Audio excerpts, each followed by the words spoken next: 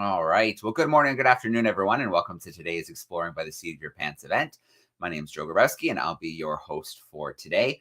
This month is all about space exploration. We've had a whole series of live events featuring astronauts and researchers and scientists and engineers, all the people who are pushing the boundaries and limits of our understanding of our solar system and beyond, and of course, who are looking back at our planet and thinking about things like climate change and art and different perspectives.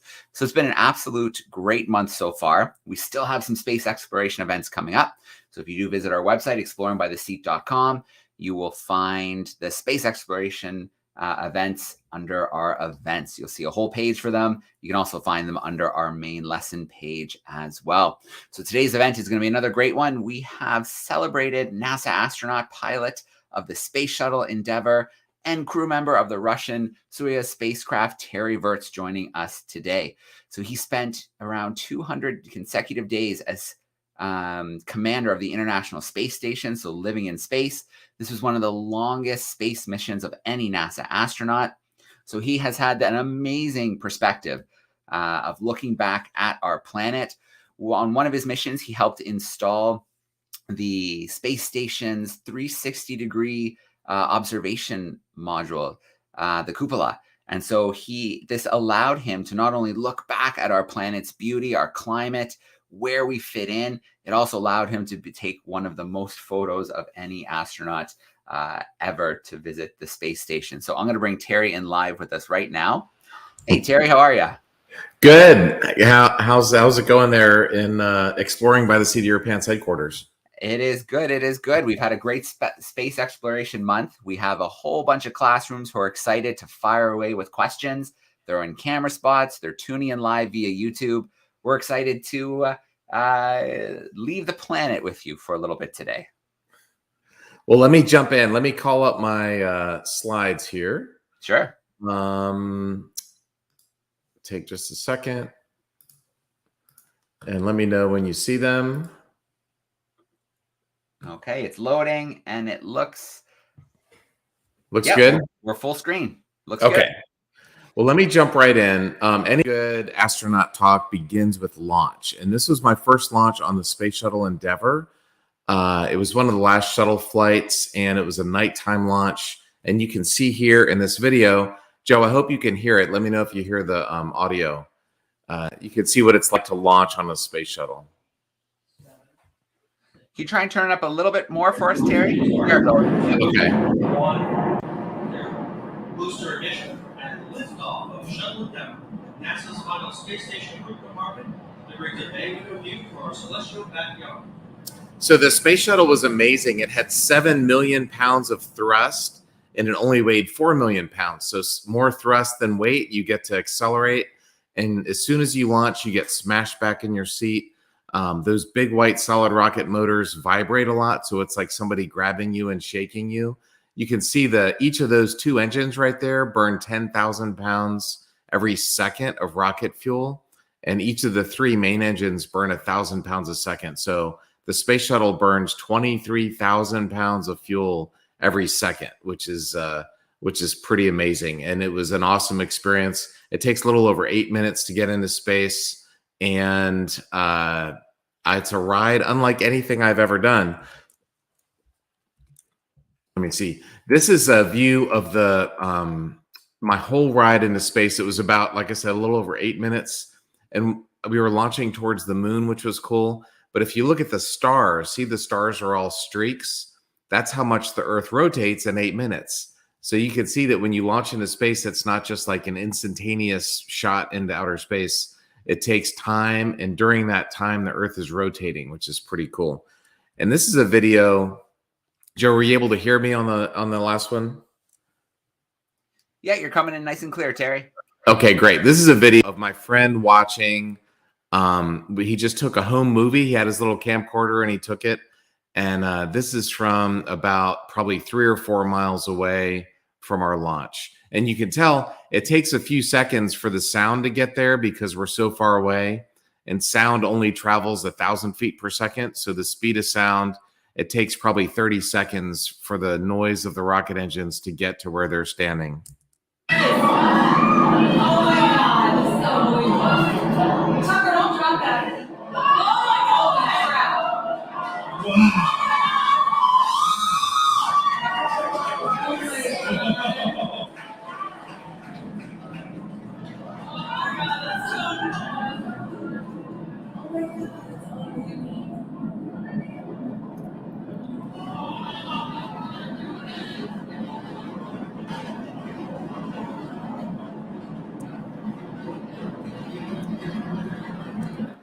So it's pretty cool. If you ever get a chance to go see a launch, make sure to tell your parents to take you. But my trip into space did not start on the launch pad. It started when I was a little kid. The very first book I read that I can remember reading was about Apollo, about our moon program. It was one of those cardboard books with like one line per page that you guys all probably read when you were little. And I was hooked. So when I grew up, I had posters of rockets and actually the space shuttle and galaxies, and that's what covered the wall of my room when I was a boy. And I didn't really know how to be an astronaut, but when I was 13, a family friend had me read a book called The Right Stuff, which is a great book. It's about the early American astronauts and Chuck Yeager and how they became astronauts, and they were fighter pilots and test pilots. So I went to fly F-16s. I flew these for years. I was a F-16 test pilot at Edwards Air Force Base when NASA said, hey, we're going to have a new class of astronauts. And I applied, even though I was still a student, I hadn't graduated yet. I applied to be an astronaut. And all my friends wanted to be astronauts, but they didn't apply because we were too young. They didn't have enough experience. They were still students. And long story short, they never got picked. And I was very lucky and fortunate. And I actually did get selected. And I learned a really important lesson, and that is don't tell yourself no. Because a lot of my friends told themselves, no, I can't do this. I don't have enough experience. And they didn't get what they really dreamed of getting. And I didn't tell myself no, and I got lucky, but I also worked hard and got that dream. So whatever dream you have, if it's to be a doctor or to start a company or to be a pilot or astronaut, whatever it is that you want to do when you grow up, don't tell yourself no.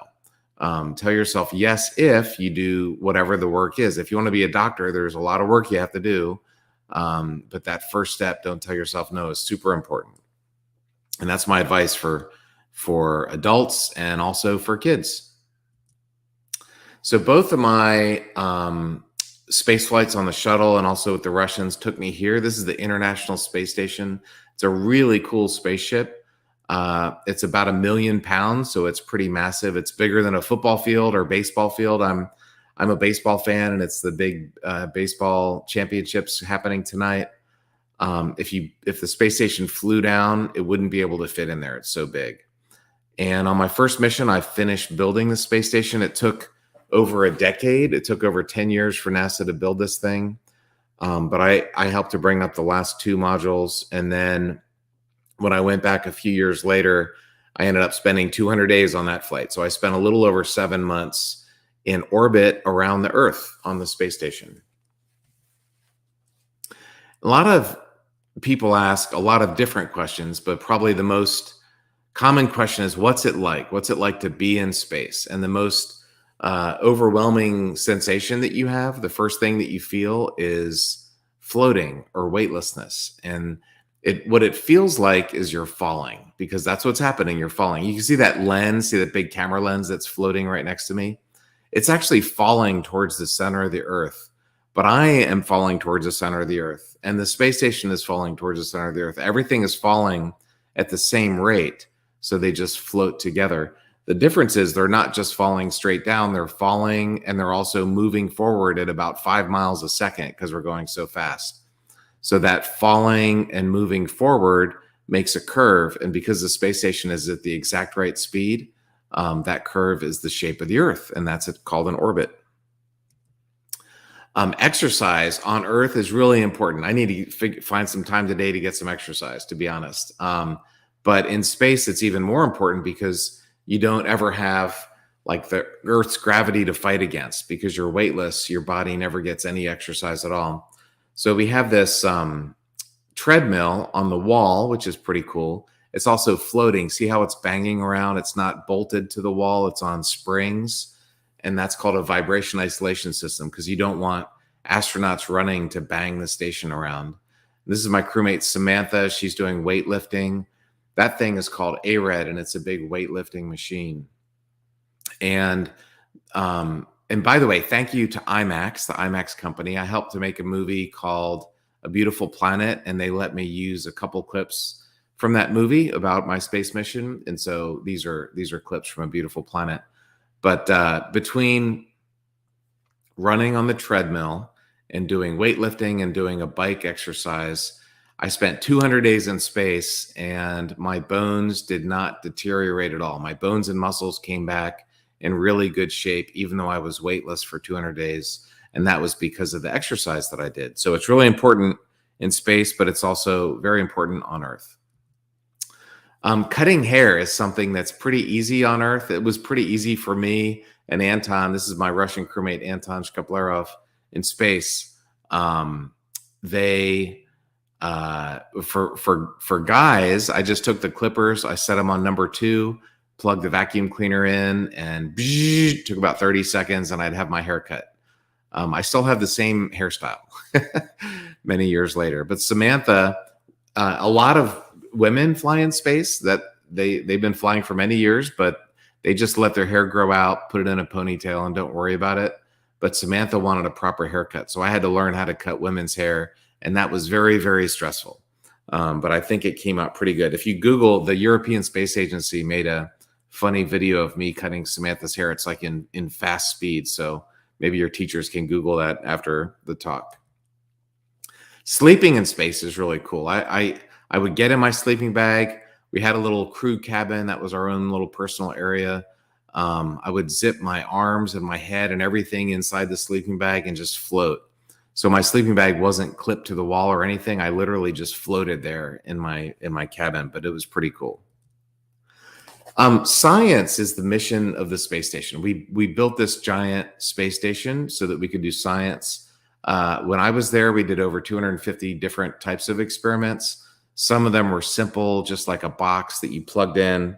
It would run, and humans never had anything to do with it. And some of them were very complicated. We did rodent research. We worked on rodents. I did a couple of vaccine experiments for salmonella vaccines. Anyway, and those complicated and dangerous things we would do in the glove box. And I'm in a glove box right there. This is me floating through the space station at night. It's pretty cool. If you turn off all the lights, there's still lots of electronic lights. They're like little green power lights on the laptops and equipment. And that pink thing in the back is, we call them a greenhouse on Earth, but in space we used a pink light. So we're growing lettuce, and the pink light, there's not really sun because you're inside of a metal can. So we use pink light, and that pink light really helps plants to grow in space. Everything we have on space comes from Earth. All of the clothes, food, equipment, water. The only thing we make in space is electricity, but everything else comes up in a cargo ship and it goes back to Earth in a cargo ship. And this is the ATV-5. It was the final European cargo ship. It had brought up supplies a few months earlier, and it had been filled up with trash, and it's heading back to Earth in trash. And then about an hour later, it burned up in the upper atmosphere. I did a really cool video. I took the first ever ultra high def video in space, and NASA made a really good like best of montage you can see on YouTube. And you can see a video of this cargo ship burning up on that video clip. This is me doing a spacewalk. This is a GoPro, just a little GoPro selfie.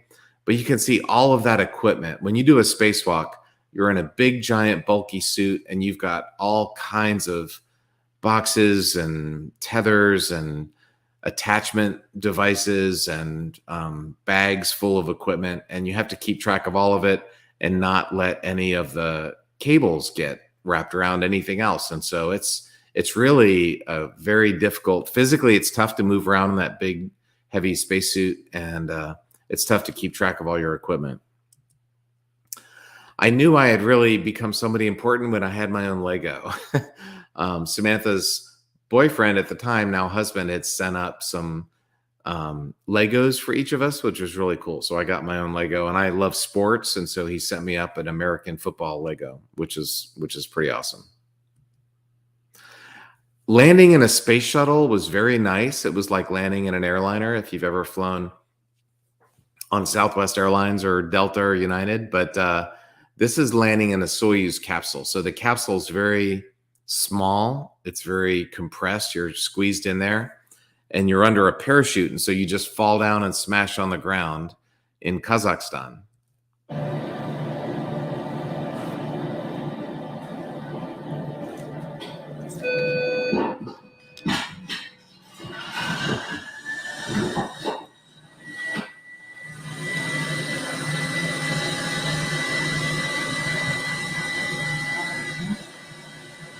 We survived. This is the cupola. Joe had mentioned the cupola, this 7-windowed module. It's super cool.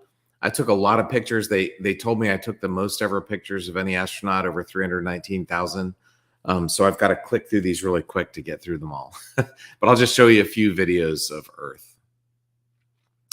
That is Typhoon Mysak. It was the biggest ever March and April typhoon in the Pacific. It was huge. But one thing to look at, see that really thin blue line in the distance? That's our atmosphere. So the oxygen that we breathe is in that little thin blue line. And every human that's ever been is from that thin blue line. And no human has ever been from anywhere above the thin blue line. You need to be in a spaceship or a spacesuit to go above it. So I came away from my space flights thinking we only have one planet. We only have Earth. This is one orbit around the Earth. Normally it takes 90 minutes if you're in orbit to go around our planet one time. So this is sped up a lot. This is one orbit around Earth in 30 seconds. And sometimes the sun is in front of you and it rises and it sets behind you. And sometimes it's off to the left or right. And so I had 2 periods where I went a whole week with no sunset. The sun just kind of spun around in a circle off to either the left side or right side of the space station. And that was pretty cool. It's called high beta, but that's one orbit around the Earth. These are sand dunes in Algeria and Northern Africa. Just really beautiful. You know, I didn't expect to be able to see sand dunes from space, but you can definitely see them with your eyes. It's a pretty cool place. These are thunderstorms at night in Africa, but South America, South Pacific, those really tropical areas, you can see a lot of thunderstorms, and it just amazed me. It just blew me away at how many flashes every second I was getting. These are the northern lights. So the sun has these huge explosions, and it sends out trillions of tons of particles, electrons and protons, and they fly through space. And sometimes, if it's pointed in the right direction, it hits Earth. And when it hits Earth, it gets trapped by our magnetic field and funneled. This is the north magnetic pole, the northern lights, Aurora Borealis. And you can see Norway and Denmark. You can see all the snow on the ground there. You can see the snow from moonlight. So this is the middle of the night. There's no sun, but this is just the moon reflecting. You can see Helsinki and Tallinn and St. Petersburg and Moscow here. So this is flying over and seeing the northern lights as these particles from the sun get trapped by the magnetic field and come down. And when they hit the atmosphere, it makes this beautiful green, red aurora. But these are the southern lights, the aurora australis. And so you see the northern lights in like December, January, but you see the southern lights when it's winter down south in Australia. So I saw these in like May and June. And it's amazing. You actually fly through the southern lights because the southern magnetic pole is a lot closer to our orbit than the north magnetic pole is. And it's really cool, really beautiful, really spectacular. Just to see this flowing river of green plasma. I call this good night moon. You can ask your teachers about diffraction and refraction and reflection after my talk.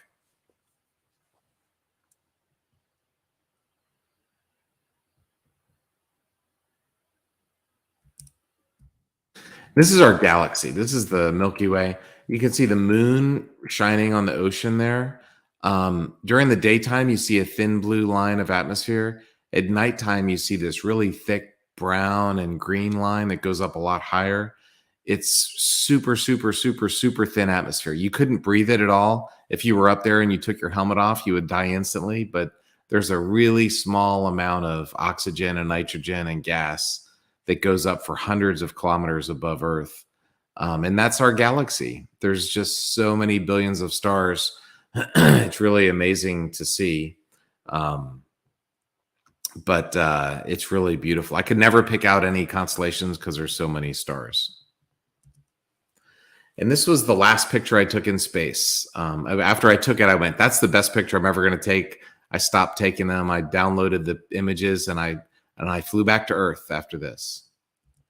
So with that, guys, I want to do questions. These are a couple of the books that I've written.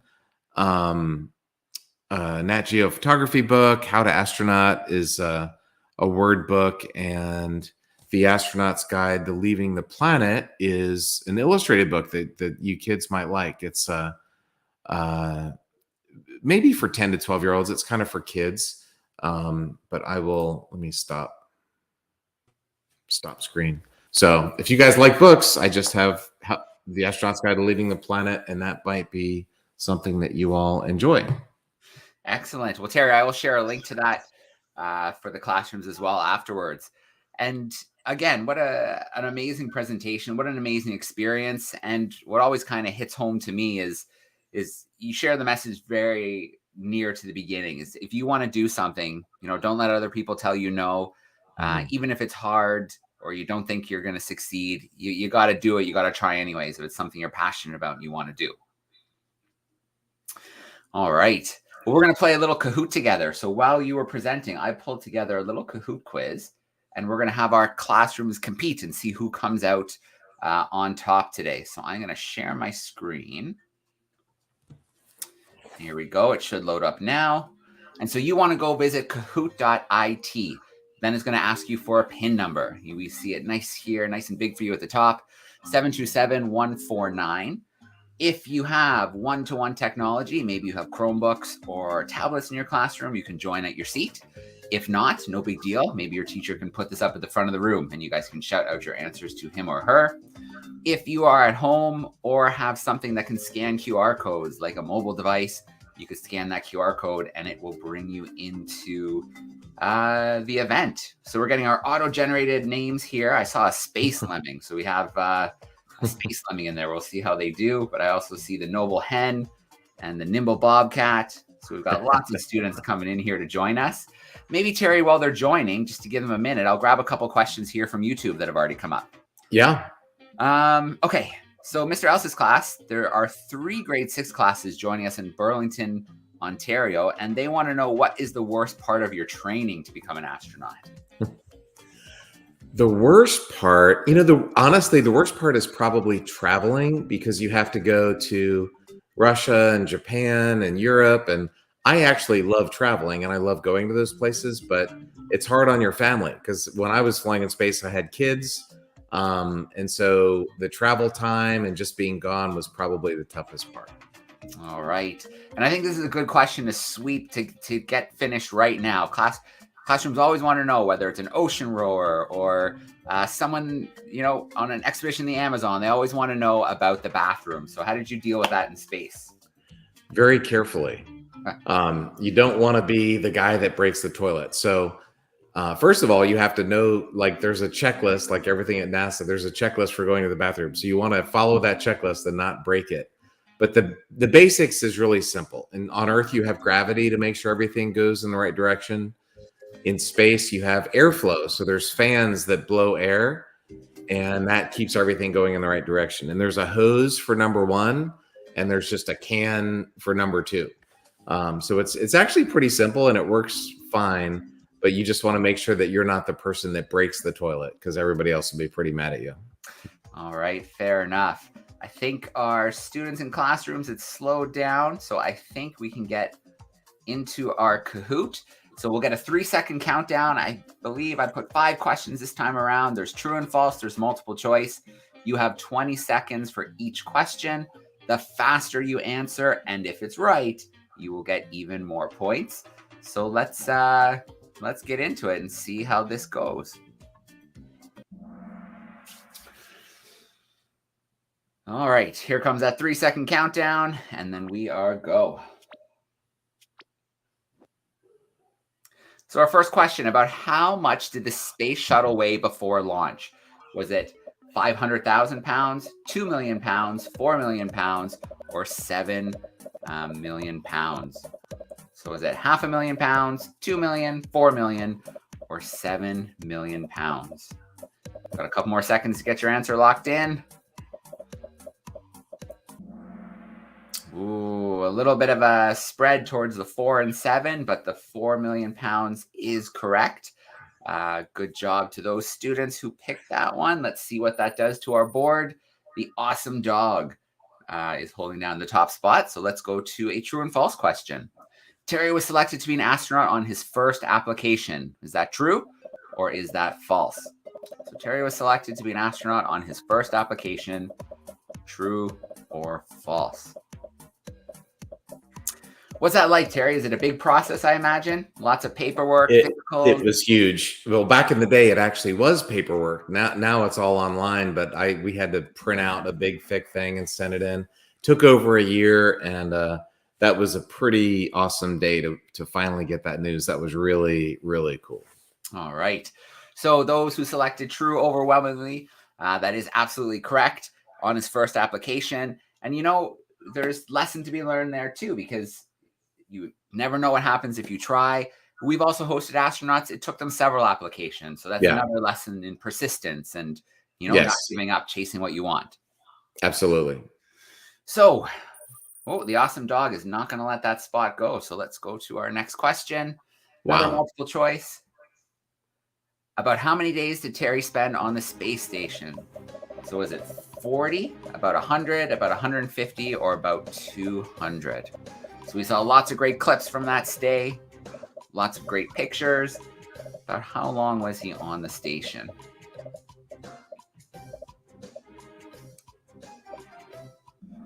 All right. Good job, crew. Overwhelmingly, we went with 200, which is one of the longest stays to date. There's movement down below, but I don't know. I think Awesome Dog might take this tape to tape. Awesome Dog is killing it. Yeah. Which machine was not on the space station for exercise? A treadmill, a bike, a rowing machine, or a weight machine? So which one did Terry not talk about? A treadmill, a bike, a rowing machine, or a weight machine? Couple more seconds. All right. We heard about the treadmill, the bike, and the weight machine, but we did not hear about a rowing machine today. So most students did choose rowing machine. Good job, crew. Oh, the Super Impala has snatched the lead. Very cool. By 1 point. Yeah, it's tight. This is our last question. This is going to settle it. True and false. There were about 100 experiments happening on the station when Terry visited. Is that true or is that false? There were about 100 experiments happening on the station when Terry visited. We'll see. This one might be a little bit tricky, so we'll see if this shakes everything up at the very end. There were about 100 experiments. Oh, we definitely fooled some students. Yeah. There was more like 250 experiments on the go when Terry visited. So good job to those who went with false. This has to shake the board up. Let's see what happened. In third place, we've got the Daring Sea Lion. In second place, the Magic Lion. And in that top spot, what do we got? The Green Raccoon. Got a couple of them in space helmets there. Very cool. Very impressive. All right. Well, good job, crew. Thanks for playing along with us. I'm going to come back from that screen share, and we're going to get to the Q&A action. We'll get some more questions going. if you're on YouTube, use the chat sidebar. I can see students are already doing that. And then we're going to start visiting some classrooms in person now. So let's get some faces on camera. Let's hear some voices. So I'm going to start off here. Let's see. Mr. Moore's crew are in Pennsylvania, some fourth graders. Let's bring them in front and center. Hey, fourth graders. All right, who's got a question? Maybe we'll squeeze one or two in. Come on, Zoe. How long have you been an astronaut? So I was selected in 2000, and I left a little over 16 years later. So I left NASA about 6 years ago, a little over 6 years ago. So I'm a former astronaut now, but I was an astronaut for, I guess, about 16 years, a little over 16 years. All right. Let's get that next question in. Go ahead, bud. How long did it take to get to the moon? So I personally did not go to the moon, but the Apollo guys, when they went a little over 50 years ago, it took them about 3 days. There's different ways to get to the moon. Apollo took the fast track, which is 3 days. Future moon missions during Artemis might take longer, might take a week or even longer than that. But 3 days is about the quickest you can go. All right, Pennsylvania, we'll try and come back your way. We'll see if we have a little bit of time closer to the end. There was a question here in the chat. Let me see if I can still find it. This one is from Ibrahim, and he would like to know the space shuttle. How long is that trip from launch to orbit? The space shuttle is about 8 minutes and 25 seconds or so, not to orbit until the engines shut off. And then you're kind of floating in space. And when you get to the other side of Earth, go halfway around the Earth, you have to fire the engines again, and then you're in orbit. So if you didn't do anything, if you just launched and you shut the engines down, you would come all the way around the Earth and you'd hit the atmosphere and you'd come back and land. So you have to do a second burn halfway around the planet to get into orbit. So the rocket ride's a little over 8 minutes, and then it takes you about 45 minutes to get to the other side of Earth. And then when you do that other burn, then you're officially permanently in orbit. All right, very cool. We've got Miss Fox's crew in an audio spot today. They are joining us from Massachusetts. If you can hear us, Miss Fox's class, can you unmute? We'll grab a question or two from you.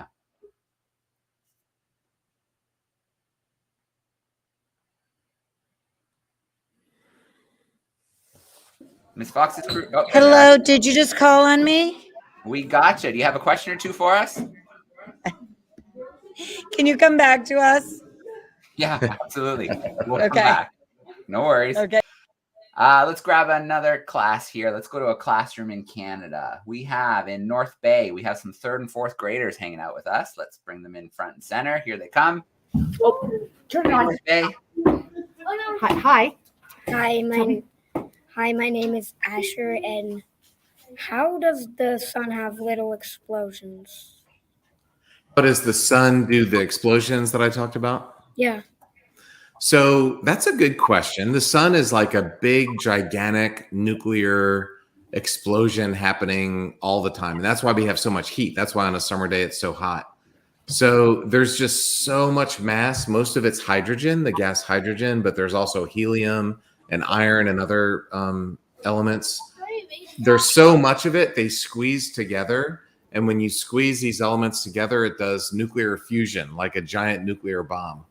And every once in a while, there's just a lot of this material piles up, it explodes, and it launches literally trillions of tons of particles go shooting out of the sun. So when you see sunspots, that's part of what you're looking at. The sun is a really cool thing. It's not just like some basic, simple fire that's burning. It's really, really, really complicated with magnetic fields and nuclear explosions. And there's a lot of things happening at the sun. So if you want to be a scientist, that's a very cool thing to study.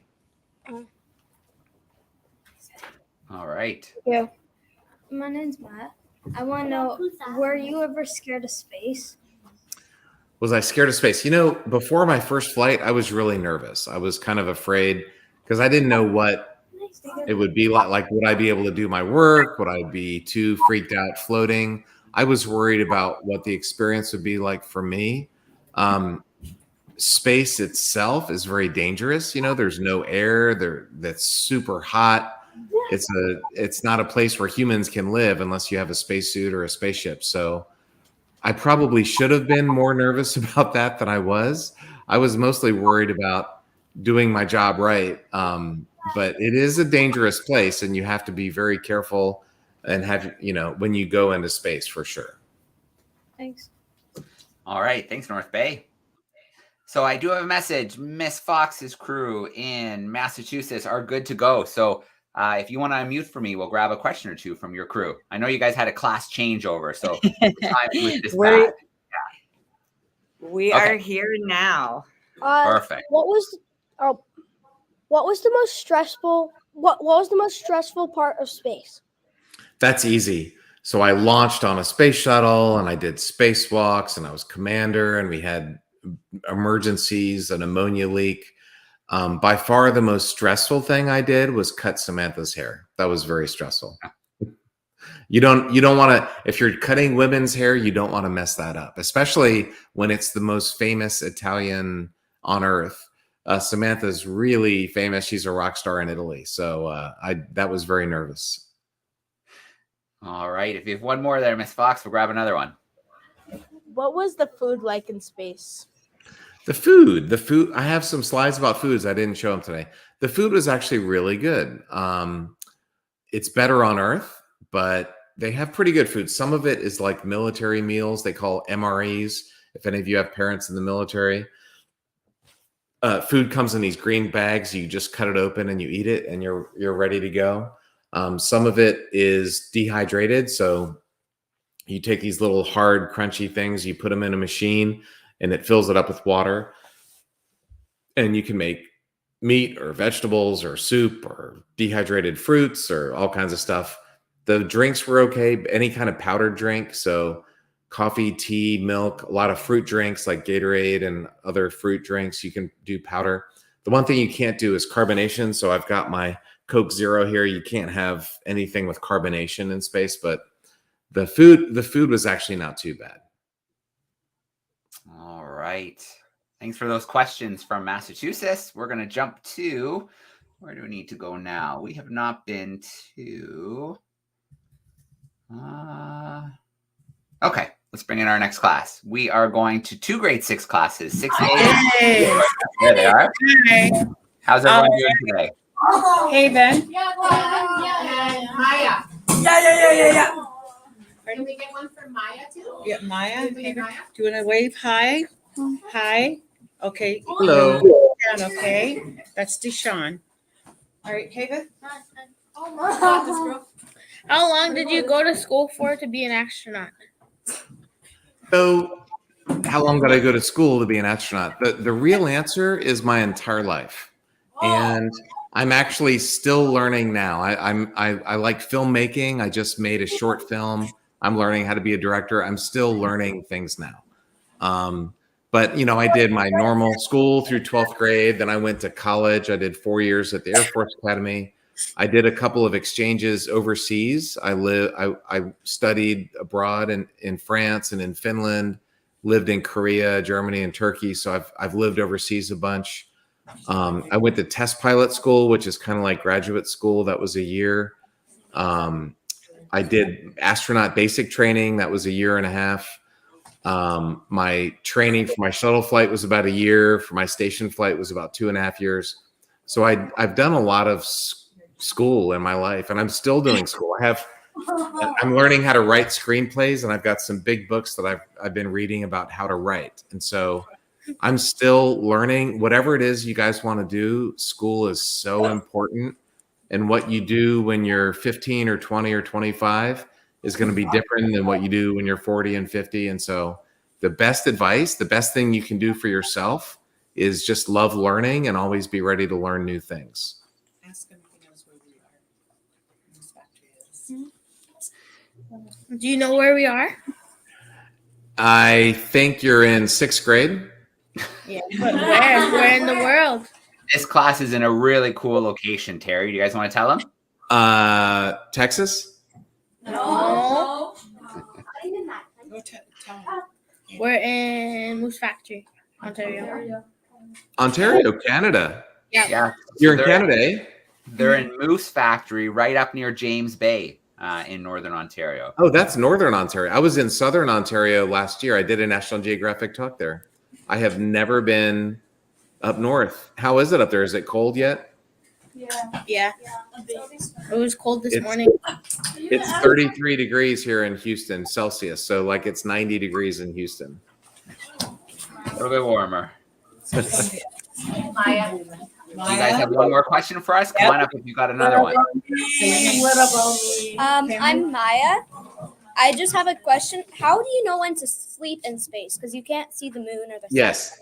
So we set our watches to what's called GMT, Greenwich Mean Time, which is like the global standard time. It's in England. And because you go around the earth every 90 minutes, you couldn't sleep then.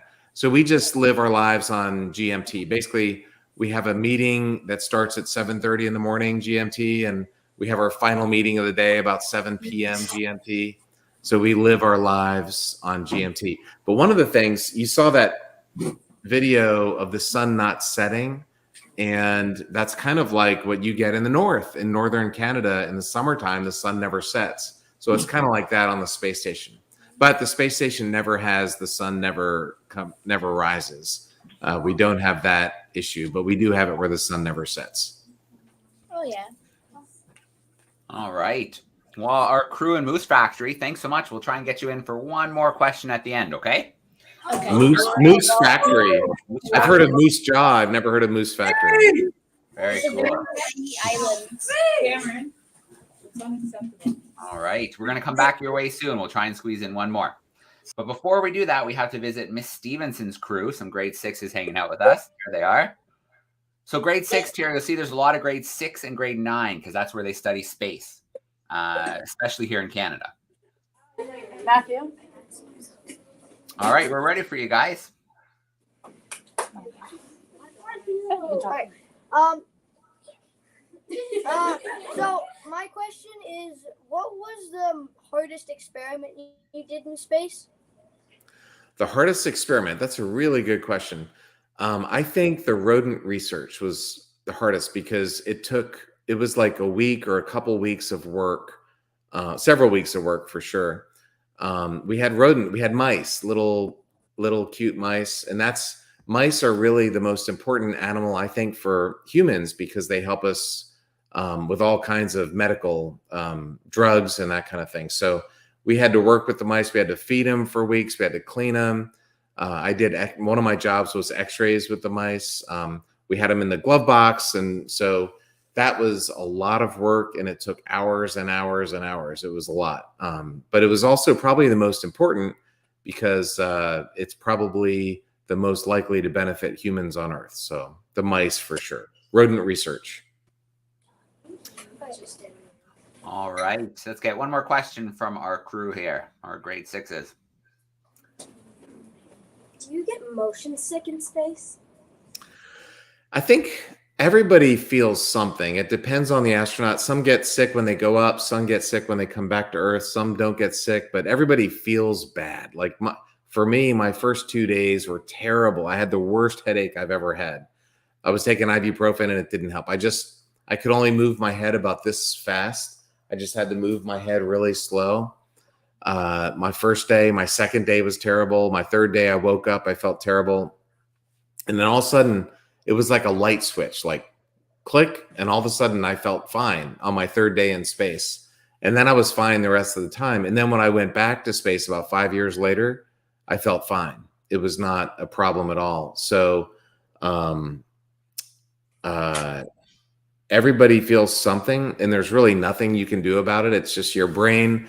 The neurons have to figure out what's happening to me. Why are you falling? And then they figure it out and then you're good after that. All right. Great questions. So we have a couple minutes, Terry. I'm going to do a quick lightning round. We'll squeeze in a couple more questions and then we'll let you go for today. So North Bay, if you have one more question for us, we're ready for you.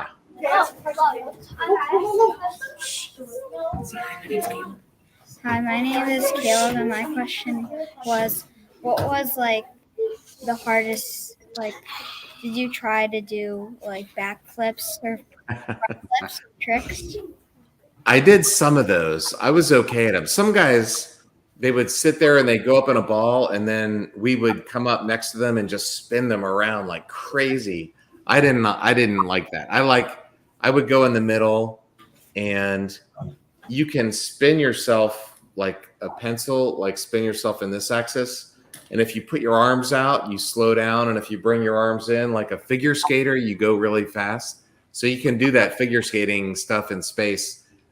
It's demonstrating mass moment of inertia. You can learn conservation of angular momentum. It's a thing for physics you guys will get to learn about. That was really fun to do that in space. But some astronauts like to spin crazy. That I didn't. I like to spin gentle, not too crazy. Thanks. Thank you. All right. Miss Fox's crew in Arlington, I think you said you had another one on deck for us. If you want to go ahead and unmute, we're ready for you. What is like when you came back to Earth? Did you forgot that gravity exists? Yes. So on my first flight, I landed, did experiments, went back to crew quarters. The next morning I woke up and I went downtown to Cocoa Beach, Florida, and met my parents, and my family was down there waiting for me.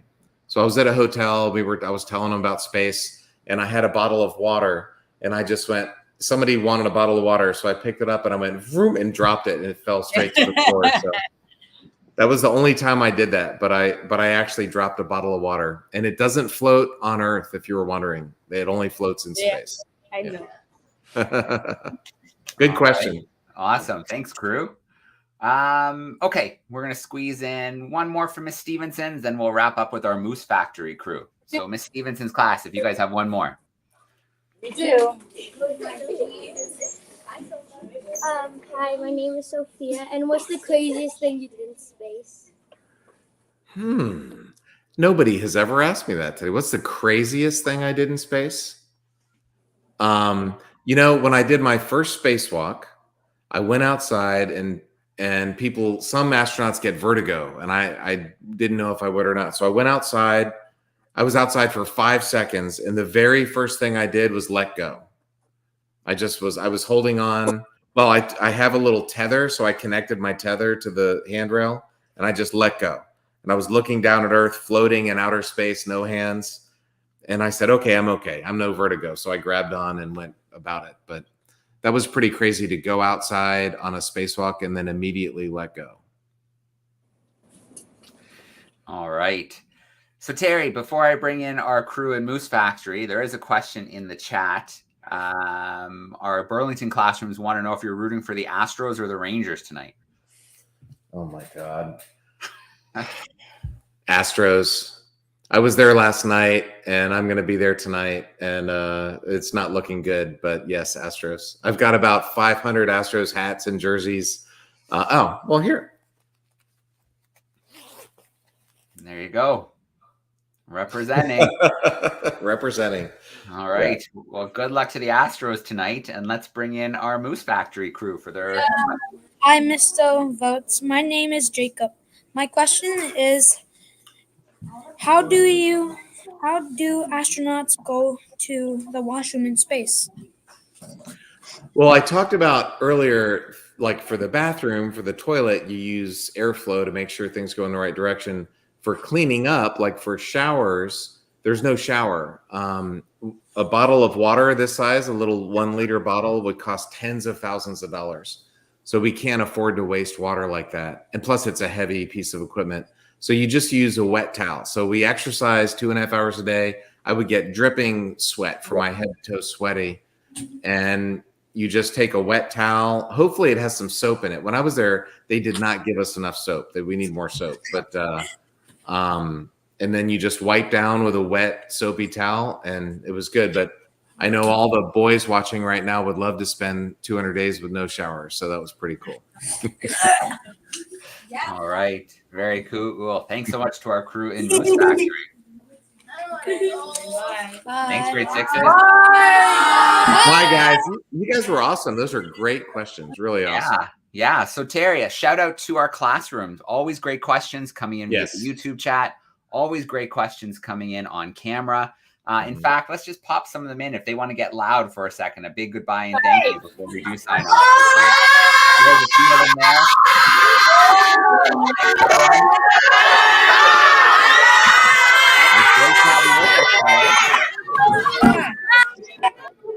Eric, thank you so much. It's always great to steal a little bit of your time. Congratulations on the new book. If there's one thing I've noticed about you, you may be retired from NASA, but you're still going all the time, whether it's the expedition, one more time, or one last time around, or one more time around. One more orbit, yeah. One more orbit, yeah. These guys right here. Nope, over there. Yeah. Or speaking, like with National Geographic, or writing books. You are definitely keeping busy. So good luck to your team tonight, and we can't wait to connect with you again. Let's do it. Thanks, Joe. Thanks, everybody. Great questions. All right. Thank you, Terry. Thank you, classrooms. Have a great rest of the week. Hopefully we'll see you again soon. Thanks, everyone.